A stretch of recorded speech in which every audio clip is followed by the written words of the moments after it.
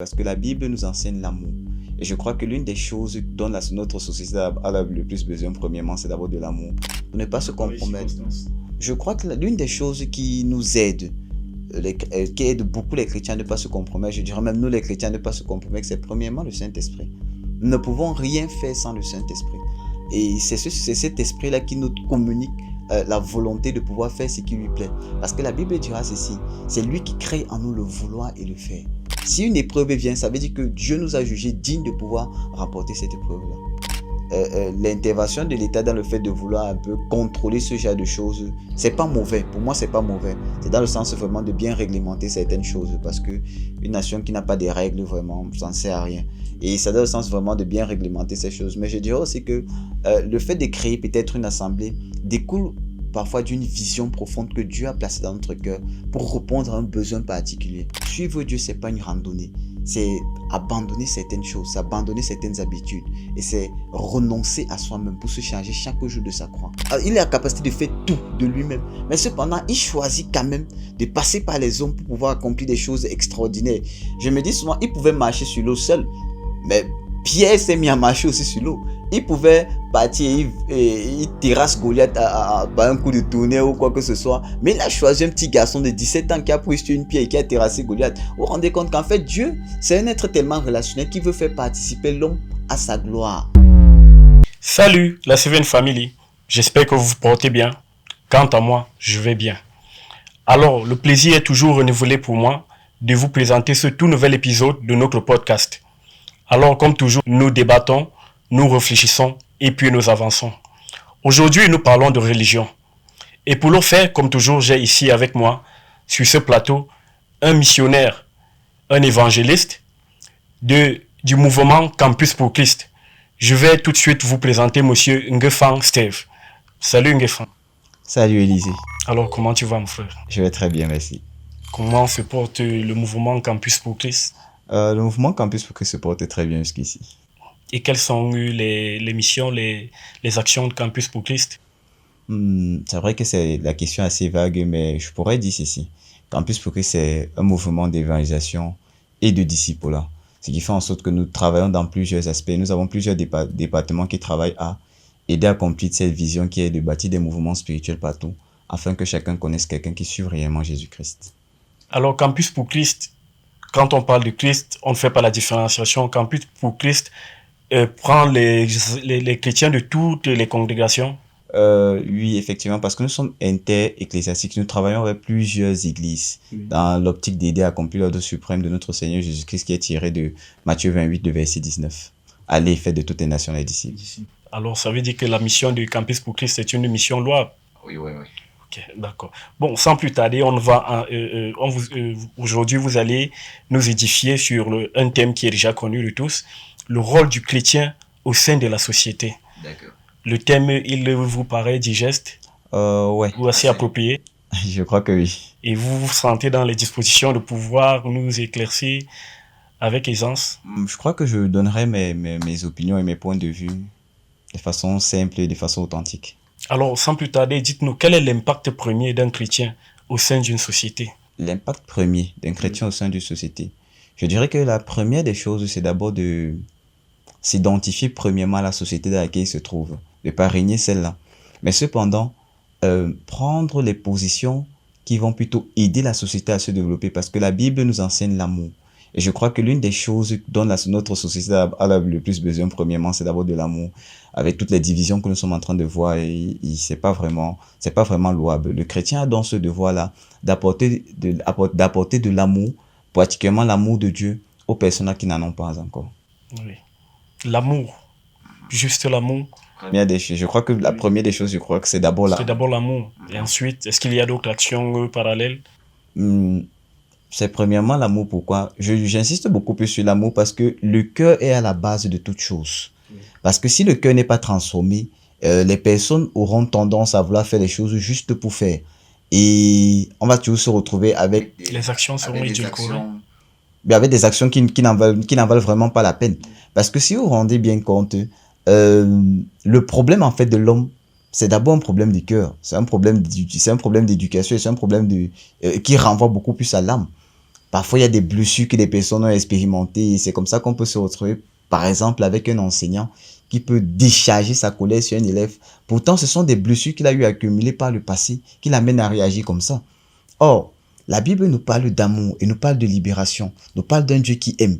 Et le chrétien donc est censé venir donc apporter cet amour-là à ces personnes-là qui sont brisées pour les amener maintenant à avoir la bonne mentalité que Dieu a prévue pour eux, pour qu'ils puissent bien faire leur métier ou du moins bien faire leur vocation.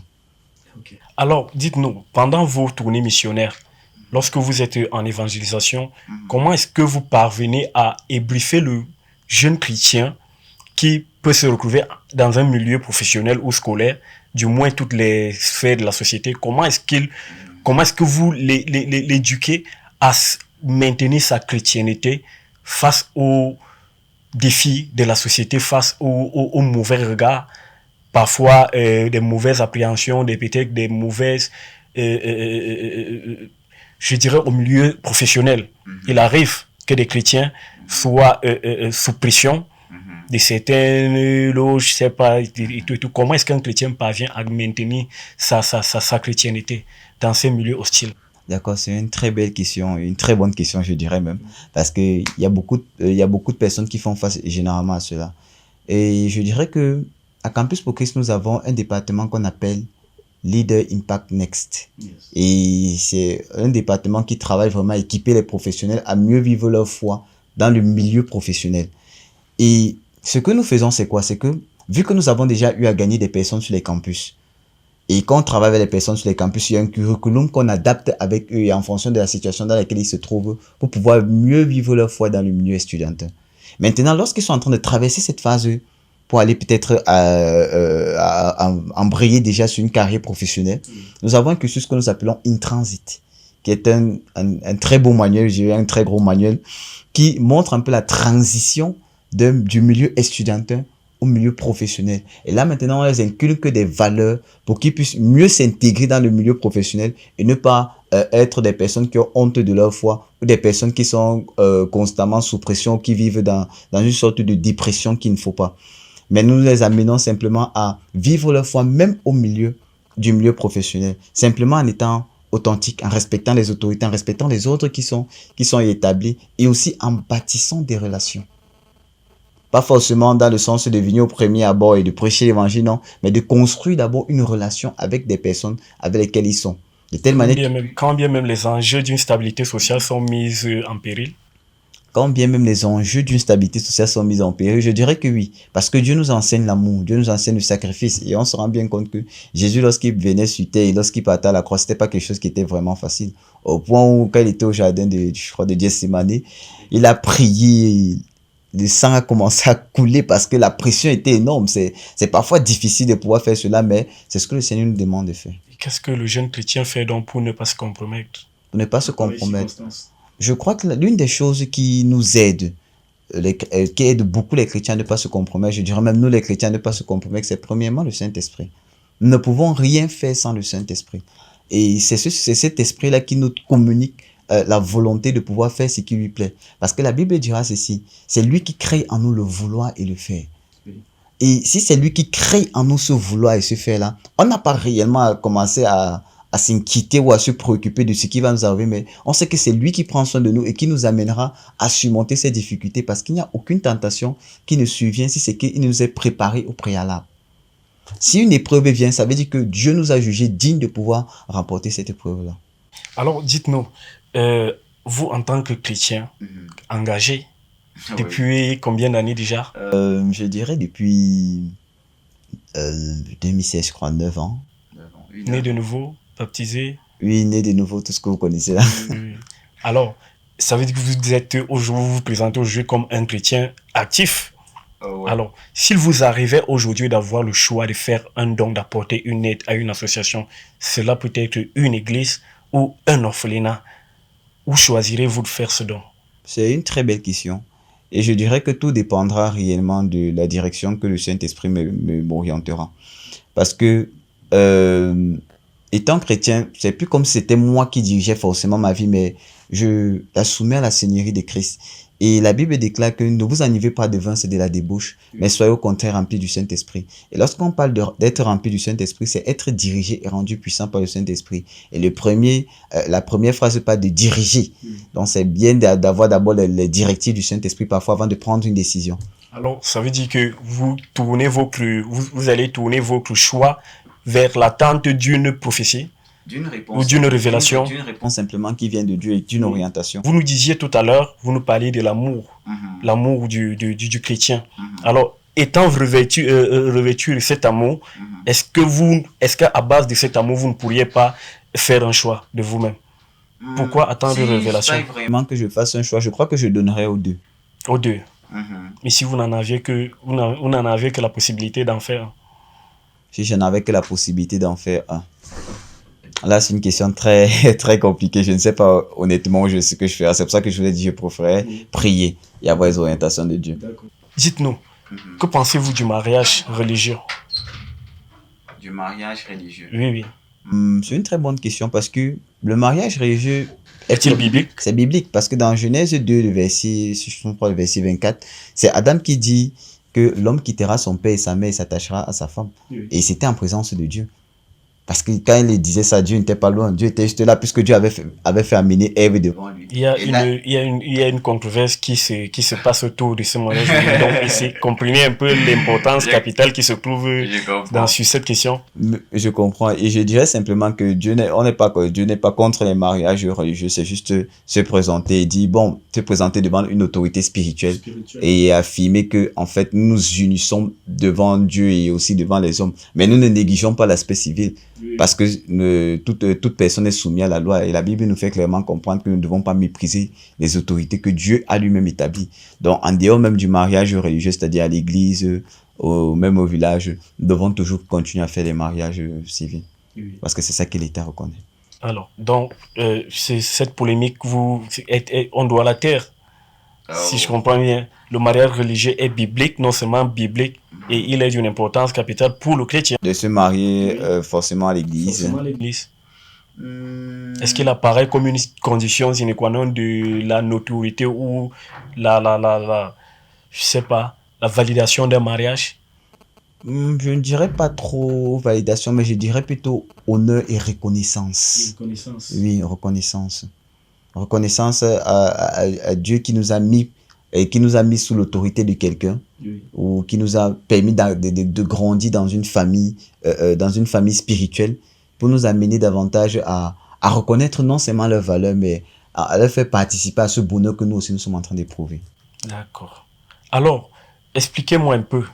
Au jour d'aujourd'hui, on a une recrudescence du phénomène des églises de réveil. J'aimerais un peu que tu puisses nous dire comment est-ce que ces églises se créent. Est-ce que c'est par congrégation ou alors par simple révélation ou par simple appel? Ok. D'accord. Ce que je peux dire ici, c'est peut-être que, en fait, les églises ne se créent pas pour venir peut-être détruire ou on va dire ça comment? Détruire la société. Mais l'église, en fait, dans un processus, parce que Dieu nous a dit, allez et faites de toutes les nations des disciples. Alors, dans cet élan de vouloir accomplir cet ordre-là, parce que Dieu nous envoie à discipulariser le monde, je ne sais pas si le mot se dit, mais on va l'admettre pour cette fois-ci. Dieu nous envoie à aller discipulariser le monde, ce qui fait en sorte que lorsque peut-être un pasteur ou quelqu'un crée une église, en principe, ça doit être dans cette optique de discipulariser les personnes, d'amener les personnes à connaître Dieu. L'église c'est pas un lieu où on vient se faire voir, c'est un lieu où des personnes viennent rencontrer personnellement Dieu et ils sont équipés pour pouvoir, on va dire ça comment, mener la vie qui plaît à Dieu. Alors, en termes de processus de création, est-ce que ça se fait par appel ou c'est, je sais pas, ces gens, au jour d'aujourd'hui, oui, chacun se lève et puis, est-ce que ce procédé-là, disons, dans la congrégation pentecôtiste, est-ce qu'il n'y a pas un canevas au jour d'aujourd'hui qui est reconnu que pour qu'une église prouve sa création, elle doit aller de quelque part, déjà, et qu'elle ne sorte de nulle part?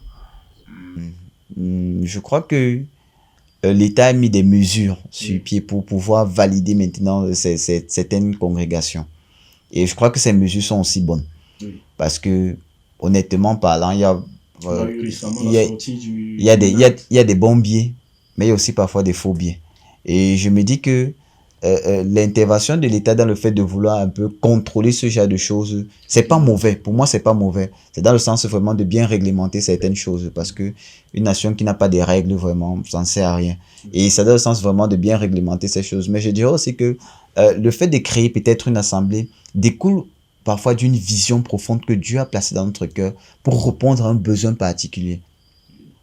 Vous voyez, pour répondre à un besoin particulier.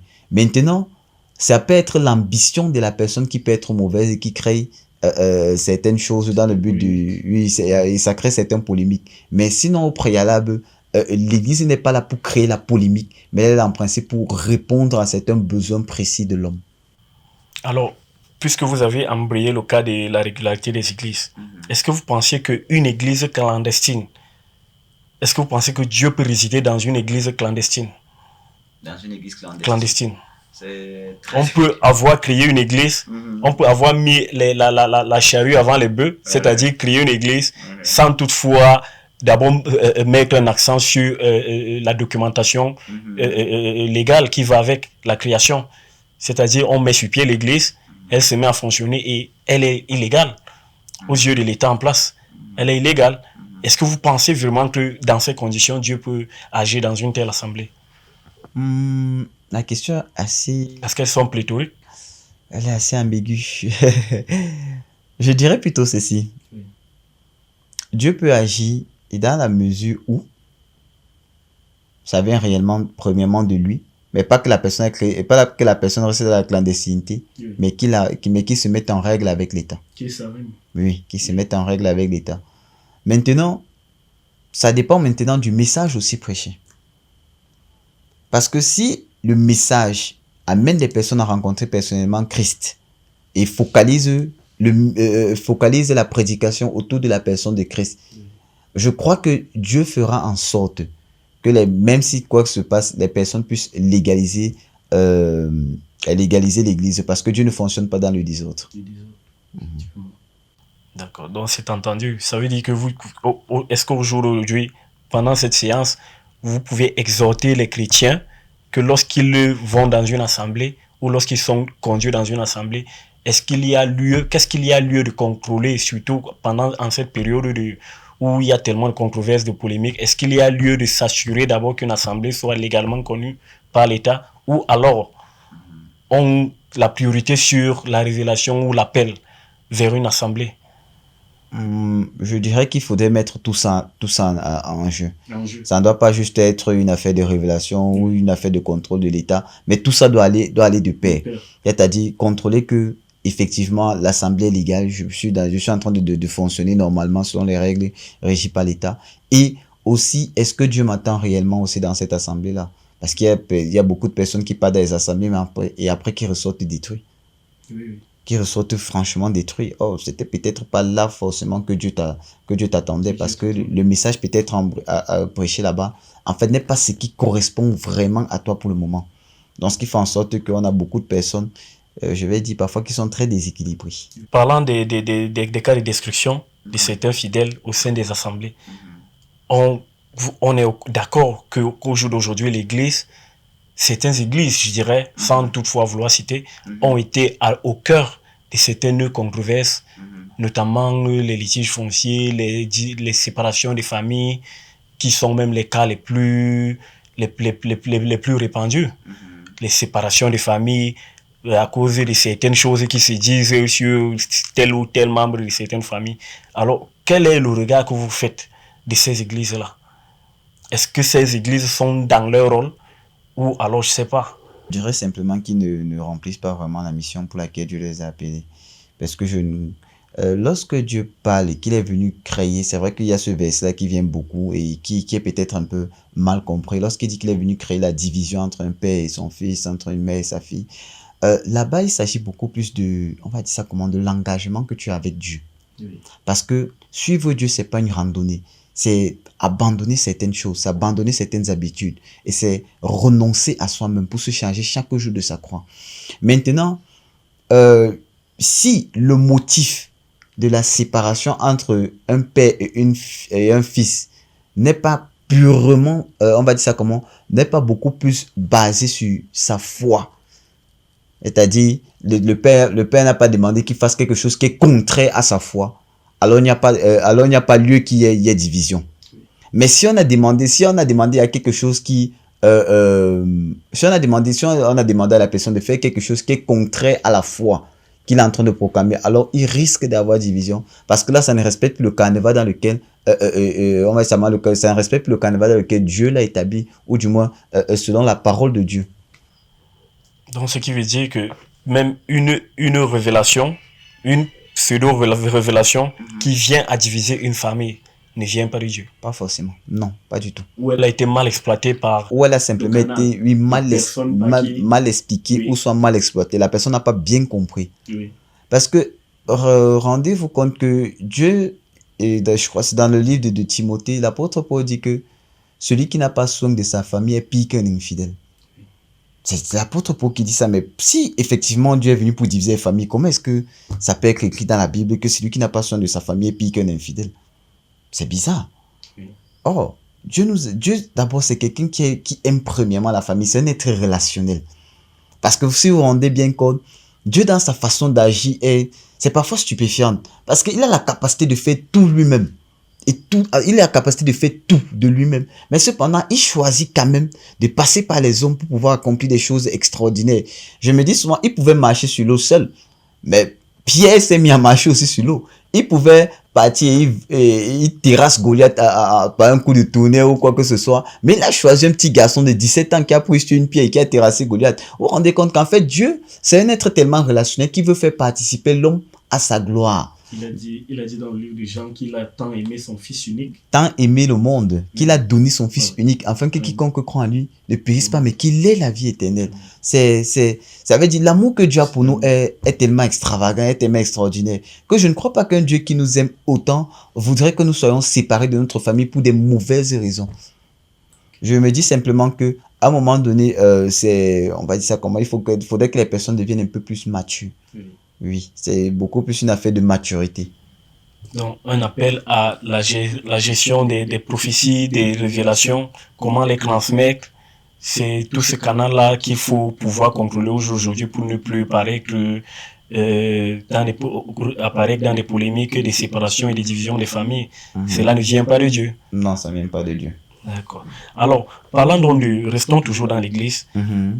Dans notre cas actuel, la société camerounaise, on a des régions qui sont en crise depuis des années. Et quand bien on essaie de voir dans d'autres sociétés le rôle que l'Église a eu à jouer pour l'apaisement des tensions, dans notre contexte actuel au Cameroun, est-ce que l'Église a déjà eu à mener ces actions? Certes, nous ne sommes pas aujourd'hui dans le débrief du mouvement Campus pour Christ, mais vous qui êtes à Campus pour Christ, est-ce que vous avez déjà eu à mener ce genre d'action? Ok, c'est une très belle question, parce que, comme je disais, Campus pour Christ, c'est un mouvement d'évangélisation et de formation des disciples. Et nous participons aussi au développement intégral de l'homme. Ce qui fait en sorte que nous avons plusieurs départements. Nous avons le département SLM, Student Led Movement, ou le mouvement dirigé par les étudiants, qui travaille uniquement avec les étudiants. Nous avons la stratégie des leaders. Là-bas, nous avons plusieurs sous-départements qui travaillent avec différentes couches de la société. On a Family Life, Military Ministry, Athlete in Action, Women Today. Ça, ce n'est que pour citer ceci. On a GCM, Global Church Movement, ceux-là qui travaillent en collaboration avec les églises en vue de les aider à implanter d'autres églises dans les régions où il n'y a pas encore d'église. Nous avons le Film Jésus. Film Jésus, c'est un autre département qui est chargé de traduire le Film Jésus en nos langues locales pour que les personnes puissent mieux entendre l'évangile. Par la grâce de Dieu, nous avons déjà traduit le Film Jésus ici là en plus de 70 langues. Donc, dans presque toutes les langues, on est en train de voir comment déjà être traduit dans presque toutes nos langues déjà. Et on a enfin le département, j'ai cité Student Led Movement, Film Jésus, GCM, la stratégie des leaders. Ouais, c'est vrai, j'ai cité les stratégies les plus importantes, en disant les plus importantes. Je crois que je n'en ai oublié aucune. Et ce que nous faisons, c'est que dans ce, dans ce programme de vouloir amener le développement, développement personnel, un développement intégral de l'homme, je vais juste prendre peut-être une des stratégies que nous utilisons, peut-être Family Life. Family Life a tellement de séminaires. Comment se préparer, par exemple, comment vivre son célibat, comment vivre un célibat épanoui. C'est-à-dire, en tant que jeune célibataire, comment est-ce que tu peux vivre un célibat épanoui sans te retrouver dans des choses bizarres. On a un séminaire qu'on appelle aussi Parenting, toujours dans Family Life, qui amène, enseigne aux parents comment est-ce qu'on éduque les enfants. Quelle est la méthode appropriée pour éduquer les enfants. Et nous avons toujours dans Family Life un cursus qui nous amène à nous préparer pour le mariage. Donc, ceux qui sont déjà fiancés, il y a tout un cursus qui est mis sur pied pour pouvoir les amener c'est-à-dire à bien vivre leur fiançailles, non seulement dans la pureté, mais aussi à mener les deux à se connaître réellement avec, bien sûr, un manuel qui les amène à être vrais l'un avec l'autre. Je vais prendre, c'est juste un cas pour montrer comment est-ce que nous participons au développement de la société. Quand on parle du développement de la société, on parle premièrement du développement de l'homme. Parce que si l'homme se développe, alors sûrement la société va se développer. Maintenant, concernant les étudiants, s'il fait que je parle des étudiants, le mouvement dirigé par les étudiants où je suis présentement, nous avons plusieurs sous-stratégies qui travaillent à atteindre les étudiants, aussi à les équiper. Nous avons par exemple un séminaire que nous appelons le séminaire étudier efficacement. Le séminaire étudier efficacement vise à amener les personnes à mieux étudier leurs leçons et à comprendre, à avoir des méthodes adéquates pour mieux comprendre les leçons dans le contexte, par exemple, camerounais, ou du moins dans d'autres contextes. En vue que même si on te met dans n'importe quel type d'études, tu parviens à t'en sortir. Par exemple, un des enseignements que nous enseignons à étudier efficacement, c'est Pareto, que j'aime beaucoup. La méthode de 80-20. 20% d'efforts pour 80% de résultats. C'est une méthode assez majestueuse et magnifique. Et toujours dans ce même enseignement d'étudier efficacement, nous avons aussi comment se fixer des objectifs et se donner des priorités. Et ça aide aussi déjà l'étudiant à avoir déjà une vision pour sa vie et comment se donner des priorités, c'est-à-dire que à tel moment, est-ce que je dois toujours être connecté sur WhatsApp ou est-ce qu'à l'heure actuelle, si c'est pas plutôt le moment d'étudier. Vous voyez un peu. Si il continue toujours même, il y a tellement de séminaires que nous mettons à la disposition des étudiants, ou du moins à la disposition du grand public, pour les amener à se développer. Il va encore parler même peut-être d'une formation, peut-être que vous connaissez la formation Equip, qui est écrite par ce célèbre leader John C. Maxwell.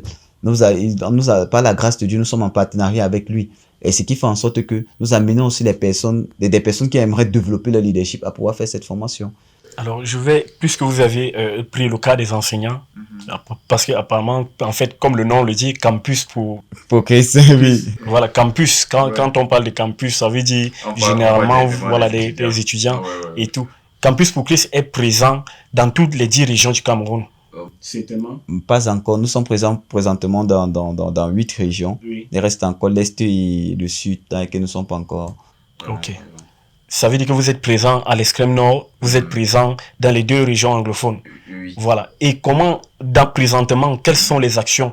Puisque il y a une réelle hostilité qui se présente depuis plusieurs années aujourd'hui. Tant même pour vos actions d'évangélisation, les lieux sont assez rigides et ne vous permettent pas une flexibilité dans vos mouvements. Et quelles sont donc les actions que vous mettez sur pied pour permettre à cette jeunesse-là de leur offrir la possibilité d'avoir accès à l'évangélisation? La première des choses que nous faisons, c'est d'abord la prière. Nous insistons beaucoup vraiment sur la prière parce que s'il n'y a que Dieu qui puisse décompter cette situation. Et pendant que nous sommes en train de prier, Dieu nous instruit ou du moins nous révèle certaines stratégies que nous pouvons adopter pour pallier à ce genre de conflit. On peut dire ça comme ça. Dieu nous révèle des stratégies pour pouvoir faire face à ces conflits-là. Mais pour le moment, dans les régions qui sont un peu, on va dire ça comment, qui sont un peu très, on va dire très, je ne sais pas si je veux dire très délicates. Oui, très délicates. Nous intensifions premièrement sur la prière et quand nous avons l'occasion vraiment de partager notre foi, nous le faisons. Que c'est retransmis sur YouTube, abonnez-vous, partagez et likez. Alors, merci. Ok, donc on le dit à la prochaine épisode. À la prochaine.